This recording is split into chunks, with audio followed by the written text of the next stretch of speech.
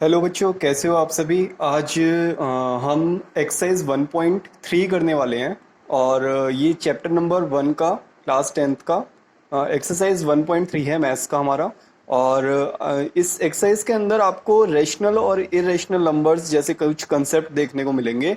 तो सबसे पहले तो हम ये जान लेते हैं कि रेशनल और इरेशनल नंबर होते क्या हैं। देखो, आपने अगर एक्सरसाइज 1.1 और 1.2 अगर नहीं करी हो तो आप डिस्क्रिप्शन में जाओ और वहाँ पे जाके आपको दो लिंक मिल जाएंगे। वहाँ से आप प्रीवियस वीडियोस को चेक कर लो और वहाँ से आप कंसेप्ट को समझ सकते हो।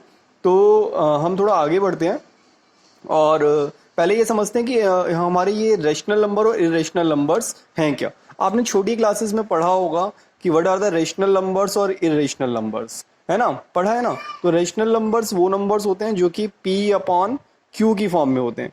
क्या आप जानते हैं रेशनल नंबर वर्ड कहाँ से निकल के आया?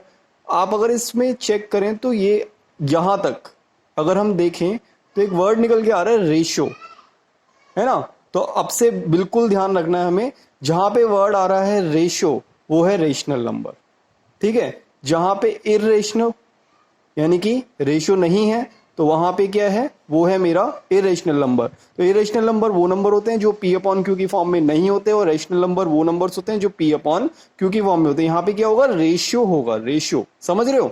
जैसे कि मैं बोल रहा हूं 3/2 और ये रेशियो किनका होगा, ये रेशियो होगा किसका, इंटीजर्स का रेशियो होगा ये, है ना। तो 3/2 even 1/1 which is equal to 1 is also a rational number, ठीक है। बट अगर मैं बात करूं पाई की, तो क्या पाई मेरा रेशनल नंबर है? नहीं, बिल्कुल नहीं है पाई रेशनल नंबर। क्यों?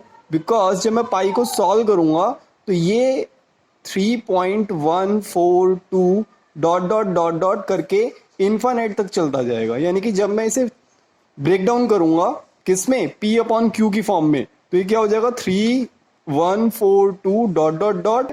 जब इसका पी अपॉन क्यू फॉर्म नहीं बन पाएगा तो जैसे यहां से मैंने डेसिमल हटाया था तो उतने ही मेरे जीरो आने चाहिए थे, तो ये जीरो भी ऐसे चलते जाएंगे, है ना। तो जब मेरे इसका पी अपॉन क्यू फॉर्म जो है वो सेचुरेट नहीं हो पाएगा तो इस नंबर को मैं रेशनल नंबर नहीं बोलूंगा। बट आज हम इसके ऊपर बात नहीं कर रहे, ये तो आपने छोटी क्लासेस में ही देख लिया होगा। आज हम बात करेंगे P upon Q rational number, और पी अपॉन क्यू फॉर्म में अगर नहीं है वो इरेशनल नंबर। तो ऐसे एक नंबर के बारे में बात करेंगे, जैसे मैं बात कर रहा हूँ √2 की। √2 इज अ इरेशनल नंबर, है ना, सब जानते हैं √2 एक इरेशनल नंबर है। तो आज हम प्रूफ करेंगे इसी कंसेप्ट को कि क्या √2 इरेशनल नंबर है या नहीं है। ये एक्सरसाइज 1.3 में जितने भी क्वेश्चन आपको नजर आएंगे वहां पे यही प्रूफ करना होगा कि आपका जो नंबर है वो रेशनल नंबर इरेशनल नंबर है कि नहीं है, ठीक है। ये बात हमें प्रूफ करनी है, ठीक है। तो शुरुआत करने से पहले मैं आपको बता देता हूं, एक थ्योरम यूज हो रही है इस क्वेश्चन को करने के लिए। थ्योरम क्या कह रही है कि let P be a prime number, let P be a prime number if P divides A square.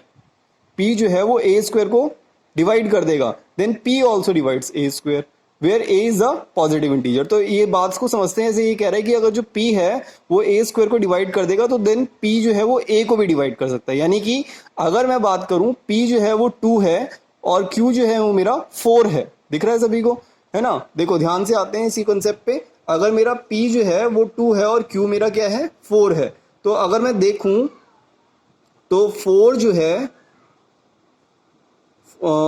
Sorry, मेरा कंसेप्ट क्या है, पी डिवाइड्स ए स्क्वायर, यानी कि क्यू का जो स्क्वायर है वो पी से डिवाइड हो जाएगा। यानी कि 4 का स्क्वायर जो है वो मेरा 2 से डिवाइड हो जाना चाहिए, यानी कि 4 चौक 16 अपॉन 2 डिवाइड हो गया। तो अगर क्यू का स्क्वायर पी से डिवाइड हो रहा है, अगर क्यू का स्क्वायर पी से डिवाइड हो रहा है तो क्या क्यू भी पी से डिवाइड होगा? करके देख लेते हैं। क्यू का वैल्यू क्या है, 4 है, और पी का वैल्यू क्या है, 2 है, तो ये भी डिवाइड हो रहा है। तो यानी कि अगर क्यू का स्क्वायर पी से डिवाइड होगा, अगर ए स्क्वायर पी से डिवाइड हो रहा है तो ए भी पी से डिवाइड हो जाएगा, ठीक है। तो यानी कि अगर क्यू का स्क्वायर पी से डिवाइड हो रहा है तो मेरा क्यू भी पी से डिवाइड हो जाएगा। समझ गए? सिंपल सी बात ये है कि अगर किसी नंबर का स्क्वायर जो है वो एक पर्टिकुलर नंबर से डिवाइड हो रहा है, तो अगर मैं उस नंबर का स्क्वायर हटा के उसको इन जनरल फॉर्म में भी लिखा रहने दूंगा तो वो भी उस पर्टिकुलर एक नंबर से डिवाइड होगा।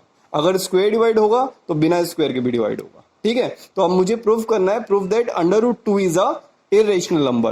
देखो मैंने इस क्वेश्चन को बुक्स में अलग अलग तरीके से एक्सप्लेन हो रखा है ये, एनसीईआरटी और अगर मैं अदर रेफरेंस बुक्स की बात करूं तो मैंने क्या किया है, इस क्वेश्चन को कुछ स्टेप्स में डिवाइड कर दिया ताकि कंफ्यूजन ना रहे, आपको स्टेप्स के थ्रू समझ आ जाए बात। तो मैंने क्या किया, पहले एक स्टेप 1 लिखा। स्टेप 1 क्या कह रहा है कि मुझे पहले जनरल सी बात प्रूफ क्या करनी है, रूट 2 को मेरे को इरेशनल नंबर प्रूफ करना है। ठीक है, ये बात क्लियर है, मेरे को रूट 2 को इरेशनल नंबर प्रूफ करना है। तो मैंने स्टेप 1 क्या किया कि मैं ये बात जो है ये तो पहले से ही मैं जानता हूं कि रूट 2 इरेशनल नंबर है, अब यही बात मेरे को प्रूफ करनी है। तो जब मेरे को जो पहले से पता है उसी को प्रूफ करना, तो यानी कि मुझे कहीं ना कहीं उल्टे डायरेक्शन से लेके आना पड़ेगा क्वेश्चन को। तो अगर मुझे रूट 2 को इरेशनल प्रूफ करना है तो मैं पहले लेट करूंगा कि रूट 2 एक रैशनल नंबर है ना। इसको मेथड ऑफ कंट्राडिक्शन भी कहते हैं। ठीक है, हम कंट्राडिक्टरी वे से इस क्वेश्चन को सॉल्व करेंगे, जो चीज नहीं है उसी चीज को पहले मान लेंगे। तो रूट 2 को इरेशनल नंबर प्रूफ करना हो तो मैं पहले मानूंगा कि रूट 2 एक रैशनल नंबर है। ठीक है, अगर मुझे रूट 2 को इरेशनल नंबर प्रूफ करना है तो मैं क्या पहले मानूंगा, रूट 2 एक रैशनल नंबर है। ठीक है, और रैशनल नंबर होता क्या है, पी अपॉन क्यू। इतना क्लियर है कि रैशनल नंबर होते हैं मेरे पी अपॉन क्यू, और पी और क्यू जो है वो इस तरीके के दो नंबर हैं कि उनका जो कॉमन फैक्टर आएगा कटने पे वो 1 आए। जैसे 3/2, इन दोनों का कॉमन फैक्टर क्या आ रहा है, ये इन दोनों का कॉमन फैक्टर क्या है, मतलब दोनों में कॉमन फैक्टर है वो मेरा 1 ही है। ठीक है, तो अभी क्या है कि मैं क्रॉस मल्टीप्लाई करूंगा तो root 2 Q is equal to में P आ जाएगा। इन्हें क्रॉस मल्टीप्लाई किया तो रूट 2 इधर, सॉरी Q उठा के इधर ले आया, है ना। तो रूट 2 Q मेरा P के इक्वल आ गया। अब मैं करूंगा क्या, जो मेरा ऊपर वाला एक्सप्रेशन है, मेरा ये वाला एक्सप्रेशन है, इस एक्सप्रेशन में स्क्वायरिंग बोथ साइड कर दिया मैंने। ठीक है, तो यहाँ पे रूट 2 का whole square is equal to में P अपॉन Q का होल स्क्वायर। ठीक है, एक एक बात को ना क्लियरली समझना, ये क्वेश्चन बहुत इंपॉर्टेंट है, 4 मार्क्स में आ जाता है कई बार ये क्वेश्चन। तो स्क्वायर से रूट कट गया, 2 आ गया, ये हो गया P square upon Q square, Q square को उठा के इधर ले आया तो 2Q स्क्वायर मेरा P आ गया। अब यही जो थ्योरम मैंने अभी पढ़ी है कि if P divide A square then P divides A also. तो यानी कि अगर जो दो है वो P स्क्वायर को डिवाइड करता है, अगर जो 2 है वो P स्क्वायर को डिवाइड करता है, तो 2 भी मेरा डिवाइड करेगा P को। यानी कि अगर वो स्क्वायर की फॉर्म में डिवाइड हो जाएगा 2 से, तो वो नॉर्मल फॉर्म में, नॉर्मल नंबर की फॉर्म में भी डिवाइड हो जाएगा। यानी कि सपोज करो अगर मेरा 10 जो है वो डिवाइड हो रहा है किससे, 2 से, तो 10 का स्क्वायर जब मैं करूंगा तो वो भी डिवाइड हो जाएगा 2 से। तो अगर मैं देखूं तो ये भी कट रहा है, और अगर मैं देखूं 10 का स्क्वायर कर दिया 100 तो ये भी कट रहा है। यानी कि अगर वो नंबर का स्क्वायर जो है वो 2 से डिवाइड हो रहा है तो वो गिवन नंबर भी 2 से डिवाइड हो जाएगा। ठीक है, तो यानी कि मैं क्या कह रहा हूं कि अगर 2 divides P square then 2 divides also the given number P itself. ठीक है, तो पहले 2 स्टेप क्या होगा, पहले स्टेप में मैंने क्या किया, रूट 2 को मैंने रैशनल नंबर लेट कर लिया। सेकंड स्टेप में मैंने स्क्वायरिंग बोथ साइड कर दिया, स्क्वायरिंग बोथ साइड करके मैंने आधा प्रूफ कर दिया। ठीक है, अब मेरा पहले कॉमन फैक्टर क्या था, दोनों का 1 था। अब मेरा कॉमन फैक्टर जो है वो कहीं ना कहीं 2 निकल के आ रहा है। अब वो 2 कैसे निकल के आ रहा है, उसके लिए एक स्टेप और करना पड़ेगा। स्टेप 3 क्या है कि मैं लेट कर लेता हूं, ध्यान से सुनना एक बार ये बात, मैं लेट कर रहा हूं इसी को, किसको, P को मैंने लेट किया कि P जो है वो मेरा किसके इक्वल है। अब देखो यहां पे मल्टीपल किसके इक्वल बताया जा रहा था, P डिवाइड्स 2 डिवाइड्स P, है ना। तो मैं लेट कर लेता हूं जो मेरा P है वो 2 के मल्टीपल में चल रहा है। ठीक है, तो P जो है वो 2 के मल्टीपल में चल रहा है, यानी कि 2K की फॉर्म में आ गया। अब मैं एक एक्सप्रेशन नंबर 1 का यूज कर रहा हूं, और एक्सप्रेशन नंबर 1 की जगह जो P का वैल्यू था वो P की जगह पुट कर दिया मैंने, P का वैल्यू P की जगह सब्स्टिट्यूट कर दिया। ठीक है, अब जब मैं स्क्वायरिंग बोथ साइड करूंगा तो मुझे कुछ कुल मिला के आखिरी में Q स्क्वायर इक्वल टू में 2K स्क्वायर आ जाएगा। ठीक है, अब जरा ध्यान देने वाली बात है यहाँ पे, अगर हम ध्यान देंगे तो समझ आ जाएगी बात। अब देखो फिर दोबारा वही कंसेप्ट आ रहा है जो हमने ऊपर देखा, 2 divides Q square then 2 divides Q itself. अब देखो पहले हमारा कॉमन फैक्टर क्या आ रहा था, 1 आ रहा था, अब हमारा एक कॉमन फैक्टर आ रहा है निकल के 2। तो ये तो कंट्राडिक्शन हो गया कि एक बार मैं ये जनरलाइज कर रहा हूं कि अगर वो मेरे रेशनल नंबर हैं तो उनका कॉमन फैक्टर क्या होना चाहिए, मेरा 1 होना चाहिए। बट मैंने इसका कॉमन फैक्टर जो है वो 2 भी निकाल लिया। तो अगर इसका कॉमन फैक्टर 2 है तो मैं क्या बोलूंगा कि if P and Q has a common factor 2 then this contradict the earlier factor equal to 1 where P and Q are assumed to be rational number। जब मेरे P और Q मैंने rational number assume किए थे, मेरा उस time पे factor क्या आ रहा था, 1 आ रहा था। बट मैंने अभी क्या प्रूफ कर दिया, मेरे कॉमन फैक्टर क्या है, 2 है। तो due to this contradiction root 2 is a irrational number. ठीक है, बहुत इंपॉर्टेंट कंसेप्ट है ये।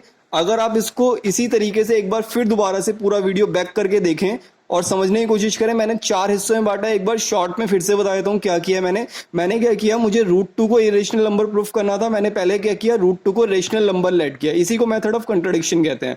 तो रूट 2 मेरा रेशनल नंबर था, तो पी अपॉन क्यू मेरा रूट 2 के इक्वल हो गया, जिसमें दोनों का कॉमन फैक्टर क्या था। देखो कॉमन फैक्टर क्या, न्यूमरेटर और डिनोमिनेटर में कॉमन फैक्टर क्या है, 1 ही है, क्योंकि ये कट नहीं सकते आपस में, इसलिए कॉमन फैक्टर क्या है दोनों में, 1 ही है। फिर मैंने क्या किया, मेरे गिवन एक्सप्रेशन का मैंने स्क्वेयरिंग कर दिया, और स्क्वेयरिंग करके मैंने कुछ इस फॉर्म में लिख लिया। फिर मैंने अपनी ऊपर वाली थ्योरम का यूज किया कि अगर 2 जो है वो डिवाइड हो रहा है, अगर 2 जो है वो पी स्क्वायर को डिवाइड कर रहा है, तो 2 जो है वो मेरा पी को भी डिवाइड करेगा। ठीक है, सिमिलरली मैंने लेट किया कि जो मेरा पी है वो 2 के मल्टीपल में है, और फिर अगेन मैंने थर्ड स्टेप के अंदर पी का वैल्यू जो है वो यहाँ पे लेट कर लिया, पुट कर लिया, है ना, फर्स्ट एक्सप्रेशन से जो हमने ऊपर निकाला। और फिर मैंने स्क्वेयरिंग बोथ साइड किया और इसे सॉल्व करके फिर दोबारा मैं कहां तक पहुंच गया, क्यू स्क्वायर इक्वल टू में 2k स्क्वायर। तो मैंने क्या बताया कि अगर 2 जो है वो क्यू स्क्वायर को डिवाइड करेगा, तो 2 जो है वो क्यू को भी डिवाइड करेगा। और यही मेथड ऑफ कंट्राडिक्शन जो है, इससे मैंने क्या बताया कि वही जब मैंने उसको रेशनल नंबर लेट किया था तब तो उसका कॉमन फैक्टर 1 आया, और जब मैंने उसको रेशनल नंबर लेट किया था तब मेरा कॉमन फैक्टर 1 आया। और उसी का मैंने क्या प्रूफ कर दिया, कॉमन फैक्टर 2 इटसेल्फ, मैंने 2 भी उसका कॉमन फैक्टर प्रूफ कर दिया। तो मैंने लेट किया था जब, तो तब मेरा कॉमन फैक्टर 1 था, और बाद में मैंने उसका 2 कॉमन फैक्टर प्रूफ कर दिया। तो ये तो कंट्राडिक्ट हो गई, एक ही क्वेश्चन में 2 चीजें कैसे प्रूफ हो सकती हैं। तो ये जो कंट्राडिक्शन है उसी को हमने उस कंट्राडिक्शन से ही बोला कि अगर रेशनल नंबर था तब तो मेरा 1 आ गया था, और इसलिए अगर क्योंकि रेशनल नंबर था तो मेरा 1 कॉमन फैक्टर आना चाहिए था, और मैंने क्या किया, इसका कॉमन फैक्टर 2 प्रूफ कर दिया। इसलिए यहाँ पे कंट्राडिक्शन होने की वजह से ये एक इरेशनल नंबर जो है वो रूट 2 प्रूफ हो सकता है। ठीक है, यहाँ पे थोड़ा बहुत आपको ऐसा लगेगा कि कुछ हाइपोथेटिकल क्वेश्चन है, मगर इस वीडियो को एक बार वापस से देखें, वापस से समझने की कोशिश करें क्या बात है। और प्रूफ बहुत इजी है, एक आधे क्वेश्चन आप खुद से भी ट्राई करें, आपको समझ में आ जाएगा। ठीक है, इसी के साथ इस एक्सरसाइज के अंदर आप इस कंसेप्ट की वजह से आप एक्सरसाइज 1.3 के क्वेश्चंस कर सकते हैं, और कमिंग क्लास के अंदर हम terminating numbers, non terminating numbers के ऊपर डिस्कशन करेंगे। ठीक है, तब तक के लिए बेटा okay bye, take care, bye bye.